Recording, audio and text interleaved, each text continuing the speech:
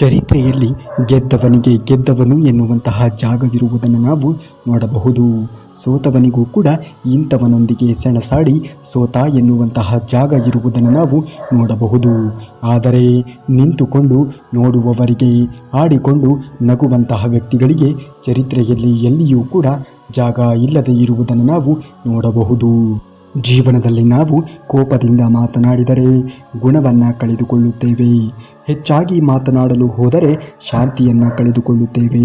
ಅನಗತ್ಯವಾಗಿ ಮಾತನಾಡಿದರೆ ಕೆಲಸವನ್ನು ನಾವು ಕಳೆದುಕೊಳ್ಳುತ್ತೇವೆ. ಅದೇ ನಾವು ಅಹಂಕಾರದಿಂದ ಮಾತನ್ನು ಆಡಿದರೆ ಇರುವಂತಹ ಪ್ರೀತಿಯನ್ನು ಕೂಡ ನಾವು ಕಳೆದುಕೊಳ್ಳುತ್ತೇವೆ. ಹಾಗಾಗಿ ಮಾತನ್ನು ಎಲ್ಲಿ ಹೇಗೆ ಮಾತನಾಡಬೇಕು ಎನ್ನುವುದು ತುಂಬಾ ಮುಖ್ಯ ನೋಡಿ. ಮಾತು ಬಲ್ಲವನಿಗೆ ಜಗಳವಿಲ್ಲ, ಊಟ ಬಲ್ಲವನಿಗೆ ರೋಗ ಇಲ್ಲ ಎನ್ನುವ ಮಾತಿಗೆ ಅನುಗುಣವಾಗಿ ಮಾತನ್ನು ಎಲ್ಲಿ ಹೇಗೆ ಆಡಬೇಕು ಎಂದವನು ಜೀವನದಲ್ಲಿ ಅತ್ಯುನ್ನತವಾಗಿರುವಂತಹ ಸ್ಥಾನವನ್ನು ಏರುತ್ತಾನೆ. ಸುಳ್ಳು ಮಾತನಾಡಿದರೆ ಹೆಸರನ್ನು ನಾವು ಕಳೆದುಕೊಳ್ಳುತ್ತೇವೆ. ಅದೇ ನಾವು ವೇಗವಾಗಿ ಮಾತನಾಡಿದರೆ ಮಾತಿನ ಅರ್ಥವನ್ನು ಕಳೆದುಕೊಳ್ಳುತ್ತೇವೆ. ಪ್ರೀತಿಯಿಂದ ಮಾತನಾಡಿದರೆ ಎಲ್ಲವನ್ನೂ ಕೂಡ ನಾವು ಗಳಿಸುತ್ತೇವೆ. ಪ್ರೀತಿಯಿಂದ ಮಾತನಾಡುವುದನ್ನು ಕಲಿತುಕೊಳ್ಳಿ. ಅದೆಂತಹ ಸಂಬಂಧವೇ ಆಗಲಿ ಗಟ್ಟಿಗೊಳ್ಳಲು ಸಹಕಾರವಾಗುವುದು. ಬದುಕಿನಲ್ಲಿ ಏನೇ ನಡೆದರೂ ಕೂಡ ಒಳ್ಳೆಯದೇ. ವರ್ತಮಾನದಲ್ಲಿ ಏನಾಗುವುದೋ ಅದೆಲ್ಲವೂ ಕೂಡ ಉತ್ತಮವಾಗಿಯೇ ನಡೆಯುತ್ತದೆ. ಮುಂದೆ ಏನಾಗುವುದು ಅದೆಲ್ಲವೂ ಕೂಡ ಚೆನ್ನಾಗಿಯೇ ಇರುತ್ತದೆ. ಭವಿಷ್ಯದ ಬಗ್ಗೆ ಚಿಂತೆ ಮಾಡಲು ಹೋಗಬೇಡಿ. ವರ್ತಮಾನದಲ್ಲಿ ಜೀವಿಸುವುದನ್ನು ಕಲಿತುಕೊಳ್ಳಿ. ಆಗ ಬದುಕು ಎನ್ನುವುದು ಬಂಗಾರವಾಗುವುದು. ನಿಮ್ಮ ಭವಿಷ್ಯ ಎನ್ನುವುದು ಕೂಡ ಬಂಗಾರವಾಗುವುದು. ಯಾವ ವ್ಯಕ್ತಿಯು ವರ್ತಮಾನವನ್ನು ಸರಿಯಾದ ರೀತಿಯಲ್ಲಿ ಸದುಪಯೋಗ ಮಾಡಿಕೊಳ್ಳುತ್ತಾನೆಯೋ, ಈ ಕ್ಷಣವನ್ನು ಸರಿಯಾದ ರೀತಿಯಲ್ಲಿ ಯಾವ ವ್ಯಕ್ತಿಯು ಸದುಪಯೋಗ ಮಾಡಿಕೊಳ್ಳುತ್ತಾನೆಯೋ ಅವನ ಭವಿಷ್ಯವೂ ಕೂಡ ಉಜ್ವಲವಾಗಿ ಇರುತ್ತದೆ. ಒಂದು ಬಾರಿ ಅರ್ಜುನನು ಶ್ರೀಕೃಷ್ಣನನ್ನು ಕೇಳಿದ, ಎಲ್ಲವೂ ಹಣೆ ಬರಹದಲ್ಲಿಯೇ ಬರೆದಿದ್ದರೆ ನಾವು ಪ್ರಯತ್ನವನ್ನು ಪಟ್ಟು ಫಲವೇನು ಒಡೆಯ ಎಂದು. ಯಾರಿಗೆ ಗೊತ್ತು ಈ ಪ್ರಯತ್ನ ಪಟ್ಟರೆಯೇ ಸಿಗುತ್ತದೆ ಎಂದು ಆತನ ಹಣೆ ಬರಹದಲ್ಲಿಯೇ ಬರೆದಿದ್ದರೆ. ಹಾಗಾಗಿ ಪ್ರಯತ್ನ ಎನ್ನುವುದು ಸರ್ವಸಿದ್ಧಿ ಸಾಧನಂ. ಯಾವ ವ್ಯಕ್ತಿ ನಿರಂತರವಾಗಿರುವಂತಹ ಪ್ರಯತ್ನವನ್ನು ಮಾಡುತ್ತಾನೆಯೋ ಆ ವ್ಯಕ್ತಿ ಮಾತ್ರ ಆತನ ಗುರಿಯನ್ನು ತಲುಪಲು ಸಾಧ್ಯ. ಆತ ಅಂದುಕೊಂಡಂತಹ ಗುರಿಯನ್ನು ತಲುಪಲು ಸಾಧ್ಯ. ಈ ಪ್ರಪಂಚದಲ್ಲಿ ಎಲ್ಲರೂ ದುಃಖಿಗಳಾಗಿದ್ದಾರೆ ಏಕೆ ಎಂದು ಸುಖ ಎಲ್ಲರ ಬಳಿಯೂ ಕೂಡ ಇದೆ. ಆದರೆ ಎಲ್ಲರೂ ಇನ್ನೊಬ್ಬರ ಸಂತೋಷದಿಂದ ದುಃಖಿತರಾಗಿದ್ದಾರೆ ಅಷ್ಟೇ. ನಮ್ಮ ಬಳಿಯಲ್ಲಿ ಎಷ್ಟು ಇರುತ್ತದೆಯೋ ಅಷ್ಟರಲ್ಲಿಯೇ ನಾವು ತೃಪ್ತಿಯನ್ನು ಕಾಣಬೇಕು. ದೊಡ್ಡವರು ಹೇಳಿರುವ ಹಾಗೆ ಹಾಸಿಗೆ ಎಷ್ಟಿರುತ್ತದೆಯೋ ಅಷ್ಟೇ ಕಾಲನ್ನು ಚಾಚಬೇಕು.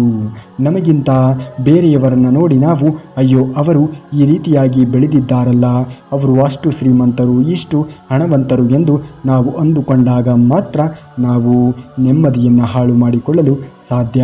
ಹಾಗೂ ನಾವು ದುಃಖಕ್ಕೆ ಜಾರಲು ಸಾಧ್ಯ. ನೆಮ್ಮದಿ ಯಾವುದೇ ವಸ್ತು ಹಣದಲ್ಲಿ ಇರುವುದಿಲ್ಲ. ನಮ್ಮ ಆಲೋಚನೆ ಮತ್ತು ನಮ್ಮ ಮನಸ್ಸಿನಲ್ಲಿ ಇರುತ್ತದೆ. ಹಾಗಾಗಿ ನಾವು ಮಾಡುವಂತಹ ಆಲೋಚನೆ, ನಾವು ಮಾಡುವಂತಹ ಸತ್ಕಾರ್ಯ ಒಳ್ಳೆಯದಾಗಿ ಇದ್ದರೆ ಎಲ್ಲವೂ ಕೂಡ ಒಳ್ಳೆಯ ರೀತಿಯಲ್ಲಿಯೇ ಜರುಗುವುದು. ಕಷ್ಟಪಡದೆಯೇ ಸಿಕ್ಕಂತಹ ಫಲ ಎಂದಿಗೂ ಕೂಡ ಸುಖವನ್ನು ಕೊಡುವುದಿಲ್ಲ. ಸುಖವನ್ನು ಕಷ್ಟಪಡುವುದರಲ್ಲಿ ಹುಡುಕಬೇಕು. ಯಾವಾಗ ನೀವು ಕಷ್ಟಪಟ್ಟು ಸುಖವನ್ನು ಗಳಿಸುತ್ತೀರಿಯೋ ಆ ಸುಖ ಎನ್ನುವುದು ಜೀವನ ಅಂತ್ಯದವರೆಗೂ ಕೂಡ ನಿಮ್ಮ ಬಳಿಯಲ್ಲಿ, ನಿಮ್ಮ ಜೊತೆಯಲ್ಲಿ ಇದ್ದೇ ಇರುತ್ತದೆ. ಸ್ನಾನ ದೇಹವನ್ನು ಶುದ್ಧಿ ಮಾಡಿದರೆ ಧ್ಯಾನ ಎನ್ನುವುದು ಮನಸ್ಸನ್ನು ಶುದ್ಧಿ ಮಾಡುತ್ತದೆ. ದಾನ ಧನವನ್ನು, ಯೋಗ ಎನ್ನುವುದು ಜೀವನವನ್ನು, ಪ್ರಾರ್ಥನೆ ಎನ್ನುವುದು ಆತ್ಮವನ್ನು, ವ್ರತ ಎನ್ನುವುದು ಆರೋಗ್ಯವನ್ನು, ಕ್ಷಮೆ ಎನ್ನುವುದು ಸಂಬಂಧವನ್ನು, ಪರೋಪಕಾರ ಅದೃಷ್ಟವನ್ನು ಪವಿತ್ರಗೊಳಿಸುತ್ತದೆ. ಯಾವುದನ್ನು ನೀವು ಮಾಡಬೇಕು ಎನ್ನುವುದು ನಿಮಗೆ ಬಿಟ್ಟಿದ್ದು. ಕೇವಲ ದೇವರನ್ನು ಪೂಜಿಸುವುದರಿಂದ ನಿಮಗೆ ಪುಣ್ಯ ಎನ್ನುವುದು ದೊರಕುವುದಿಲ್ಲ ಅಥವಾ ಬರುವುದಿಲ್ಲ. ಉತ್ತಮವಾಗಿರುವಂತಹ ಬುದ್ಧಿ ನಿಮ್ಮಲ್ಲಿ ಇರಬೇಕಾಗುತ್ತದೆ. ಉತ್ತಮವಾಗಿರುವಂತಹ ಆಲೋಚನಾ ಶಕ್ತಿ ಎನ್ನುವುದು ನಿಮ್ಮಲ್ಲಿ ಇರಬೇಕಾಗುತ್ತದೆ. ಅದೇ ಉತ್ತಮವಾಗಿರುವಂತಹ ಕೆಲಸ, ಉತ್ತಮವಾಗಿರುವಂತಹ ಮಾತು, ಉತ್ತಮ ವರ್ತನೆ, ಕರುಣೆ, ಅಹಿಂಸೆಯಿಂದ ನೀವು ಪುಣ್ಯವನ್ನು ಗಳಿಸಬಹುದು. ಯಾವ ವ್ಯಕ್ತಿಯು ದೇವರ ಮೊರೆಯಲ್ಲಿ ಪ್ರಾರ್ಥನೆಯನ್ನು ಸಲ್ಲಿಸುತ್ತಾನೆಯೋ, ಜೊತೆಗೆ ದೇವರನ್ನು ಧ್ಯಾನಿಸುತ್ತಾನೆಯೋ ಆ ವ್ಯಕ್ತಿ ಜೀವನದಲ್ಲಿ ಸಮಸ್ಯೆಗಳಿಂದ ದೂರವೇ ಉಳಿಯುತ್ತಾನೆ. ಮುಂಬರುವಂತಹ ಜನ್ಮವೇ ಈ ಜನ್ಮಕ್ಕೆ ಬುನಾದಿಯಾಗಿರುವುದು ನಿಜ. ಹಾಗಾಗಿ ನೀವು ಮುಂದಿನ ಜನ್ಮ ಎನ್ನುವುದು ಚೆನ್ನಾಗಿ ಇರಬೇಕು ಎನ್ನುವುದಾದರೆ ಈ ಜನ್ಮವನ್ನು ಸರಿಯಾದ ರೀತಿಯಲ್ಲಿ ಸದುಪಯೋಗ ಮಾಡಿಕೊಳ್ಳಿ. ಈ ಜನ್ಮದಲ್ಲಿ ನಿಮ್ಮಿಂದ ಇತರರಿಗೆ ಯಾವುದೇ ರೀತಿಯಾಗಿಯೂ ಕೂಡ ಹಾನಿಯಾಗದಂತೆ ನೋಡಿಕೊಳ್ಳಿ. ಶಕುನಿಯ ಮಾತುಗಳನ್ನು ಕೇಳಿದಂತಹ ಕೇವಲ ದುರ್ಯೋಧನನಷ್ಟೇ ನಾಶವಾಗಲಿಲ್ಲ, ಇಡೀ ಕೌರವದ ಕುಲದ ಜೊತೆಗೆ ಶಕುನಿಯೂ ಕೂಡ ನಾಶವಾದ. ಯಾವತ್ತಿಗೂ ಕೂಡ ಜೀವನದಲ್ಲಿ ಶಕುನಿಯ ಕೆಲಸವನ್ನು ಯಾರಿಗಾಗಿಯೂ ಕೂಡ ಅಥವಾ ಯಾರಿಗೂ ಮಾಡಲು ಹೋಗಬಾರದು. ಅದು ನಮಗೆ ತಿರುಗುವುದು. ನಾವು ಇತರರಿಗೆ ಏನನ್ನ ಬಯಸುತ್ತೇವೆಯೋ, ಇತರರಿಗೆ ನಾವು ಏನನ್ನ ಮಾಡುತ್ತೇವೆಯೋ ಅದೇ ನಮಗೂ ಕೂಡ ಸಂಭವಿಸುವುದು. ಯಾವ ಹಸುವು ಕೂಡ ತನ್ನ ಕರುವಿಗೆ ಮೇವು ಸಂಗ್ರಹ ಮಾಡಿಟ್ಟು ಸಾಯುವುದಿಲ್ಲ. ಆದರೆ ಮನುಷ್ಯನು ತನ್ನ ಮಕ್ಕಳಿಗೆ ಬೇಕು, ತನ್ನ ಮೊಮ್ಮಕ್ಕಳಿಗೆ ಬೇಕು ಎಂದು ಸಿರಿ ಸಂಪತ್ತುಗಳನ್ನು ಸಂಗ್ರಹಿಸಿ ಇಟ್ಟು ಹೋಗುತ್ತಾನೆ. ಇದು ವಿಪರ್ಯಾಸವಾದರೂ ಕೂಡ ಕಹಿ ಸತ್ಯ. ಇದರಿಂದ ನಮಗೆ ಒಂದು ಅರಿವಿಗೆ ಬರುವುದು, ದೇವರ ಮೇಲೆ ಪ್ರಾಣಿಗಳಿಗೆ ಇರುವಷ್ಟು ನಂಬಿಕೆ ಮನುಷ್ಯನಿಗೆ ಇಲ್ಲ ಎಂದು. ಪ್ರಾಣಿಗಳಿಗೆ ದೇವರೇ ಪರಮಾತ್ಮ, ದೇವರೇ ತಂದೆ ತಾಯಿ. ಜೀವನದಲ್ಲಿ ನೆಮ್ಮದಿಯಾಗಿ ಇರಬೇಕು ಎಂದರೆ ನಾವು ಇನ್ನೊಬ್ಬರ ವಿಷಯಕ್ಕೆ ಅನವಶ್ಯಕವಾಗಿ ಕಿವಿಯನ್ನು ಕೊಡಬಾರದು, ತಲೆಗೆ ಹಚ್ಚಿಕೊಳ್ಳಲು ಬಾರದು. ಯಾವಾಗ ಇನ್ನೊಬ್ಬರ ಮಾತಿಗೆ ನಾವು ಮಹತ್ವವನ್ನು ಕೊಡುತ್ತೇವೆಯೋ ನಮ್ಮ ತನವನ್ನು ನಾವು ಕಳೆದುಕೊಳ್ಳುತ್ತೇವೆ. ಈ ಜೀವನವು ತುಂಬಾ ಸುಂದರವಾಗಿದೆ.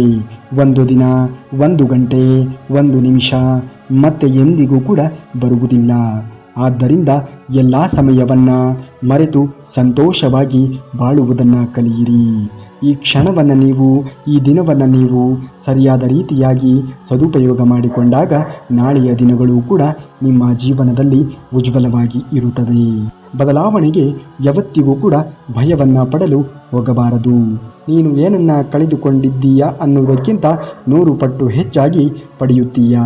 ಜೀವನದಲ್ಲಿ ಪ್ರಗತಿಯನ್ನು ಸಾಧಿಸಲು, ಸಂತೋಷದ ಜೀವನವನ್ನು ನಡೆಸಲು ಭಗವಾನ್ ಶ್ರೀಕೃಷ್ಣ ಪರಮಾತ್ಮನು ಹೇಳಿರುವಂತಹ ಮಾತುಗಳನ್ನು ಜೀವನದಲ್ಲಿ ಅಳವಡಿಸಿಕೊಂಡರೆ ಸಾಕು.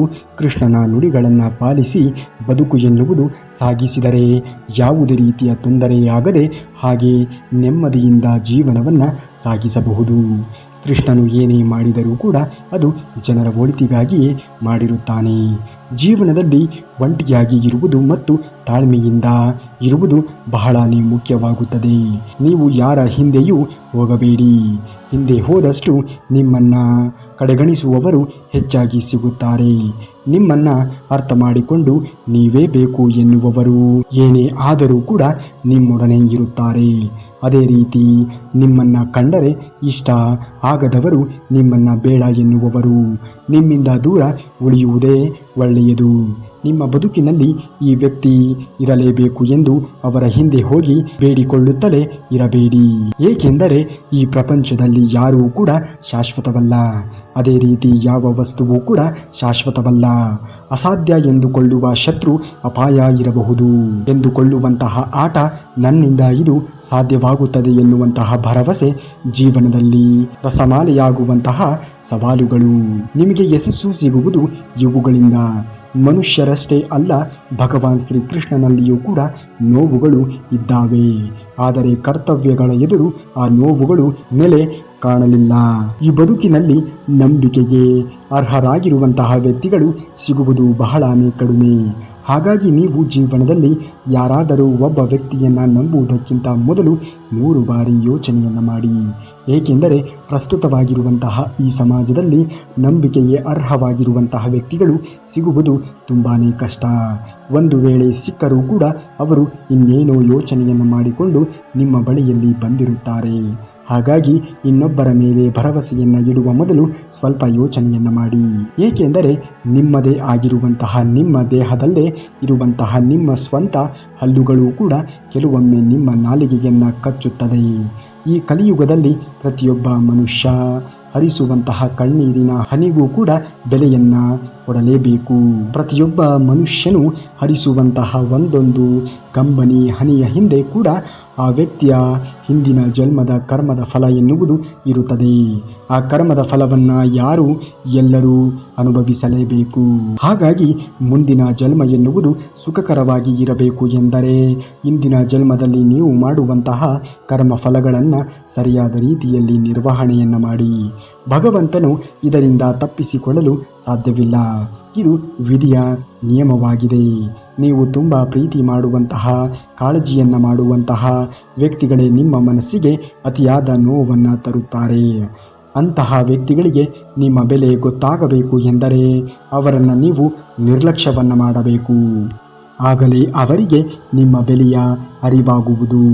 ಯಾವುದೇ ಕೆಲಸಕ್ಕೆ ಆದರೂ ಕೂಡ ಅವಕಾಶಗಳೇ ನಿಮ್ಮನ್ನು ಹುಡುಕಿ ಬರುತ್ತವೆ ಎಂದು ಕಾದು ಕುಳಿತುಕೊಳ್ಳಬೇಡಿ.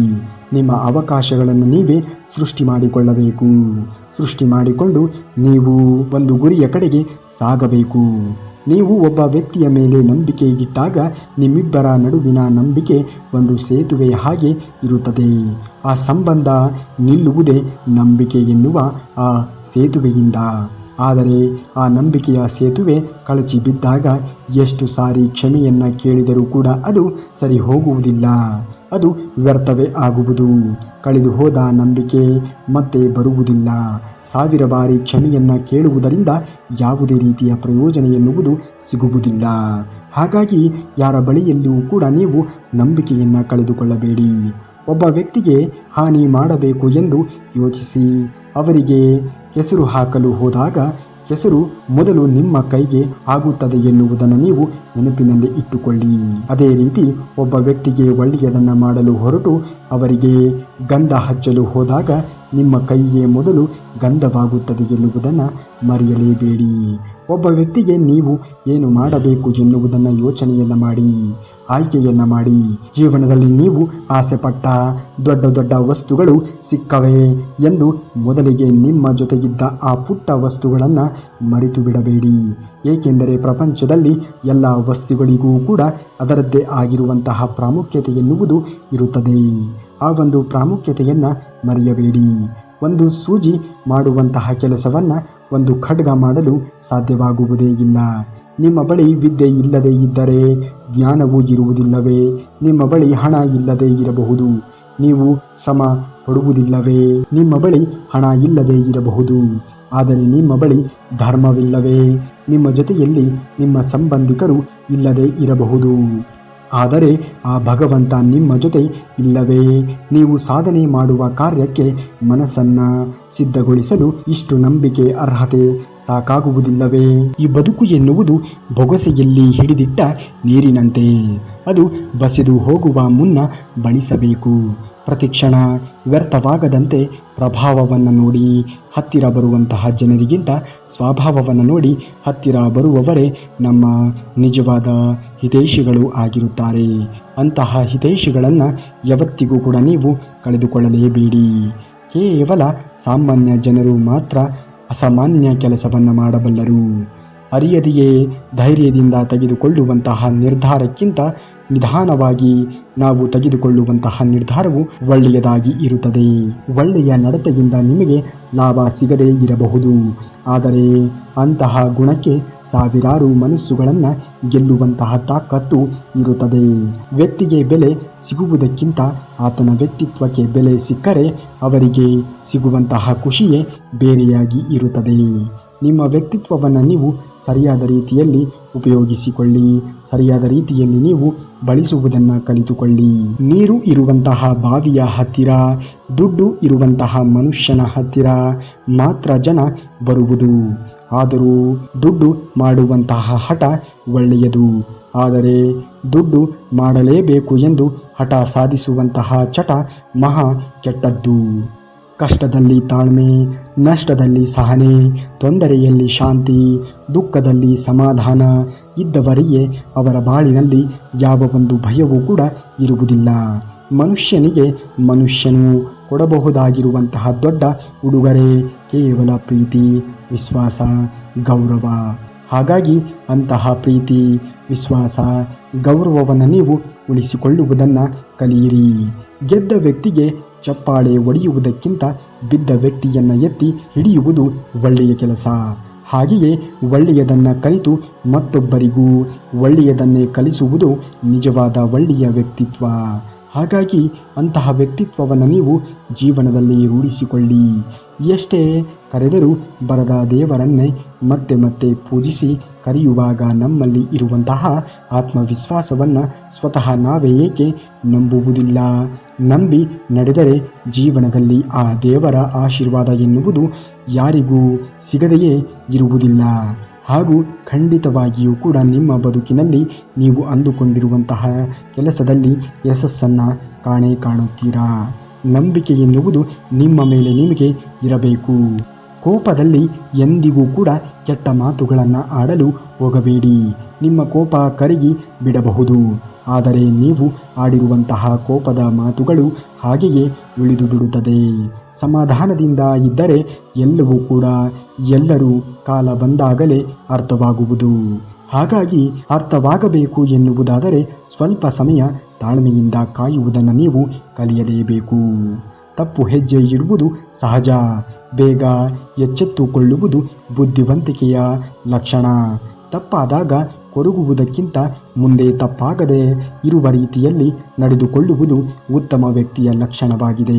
ಹಾಗಾಗಿ ಅಂತಹ ಲಕ್ಷಣವನ್ನು ನೀವು ಮೈಗೂಡಿಸಿಕೊಳ್ಳಿ ಎಂದು ಹೇಳುತ್ತಾ ಶ್ರೀಕೃಷ್ಣ ಪರಮಾತ್ಮನು ನಿಮ್ಮೆಲ್ಲರಿಗೂ ಕೂಡ ಒಳ್ಳೆಯದನ್ನು ಮಾಡಲಿ ಎಂದು ಹರಿಸುತ್ತಾ, ನೀವೇನಾದರೂ ಶ್ರೀಕೃಷ್ಣ ಪರಮಾತ್ಮನ ಭಕ್ತರಾಗಿದ್ದರೆ ಈ ಕೂಡಲೇ ಈ ವಿಡಿಯೋಗೆ ಒಂದು ಲೈಕನ್ನು ಮಾಡಿ, ಹಾಗೂ ಜೈ ಶ್ರೀಕೃಷ್ಣ ಪರಮಾತ್ಮ ಎಂದು ಕಮೆಂಟನ್ನು ಮಾಡಿ. ಕೃಷ್ಣನ ವಚನಾಮೃತವನ್ನು ಪ್ರತಿದಿನವೂ ಕೂಡ ಕೇಳಲು ತಪ್ಪದೇ ನಮ್ಮ ಚಾನಲ್ನ ಸಬ್ಸ್ಕ್ರೈಬ್ ಮಾಡಿ.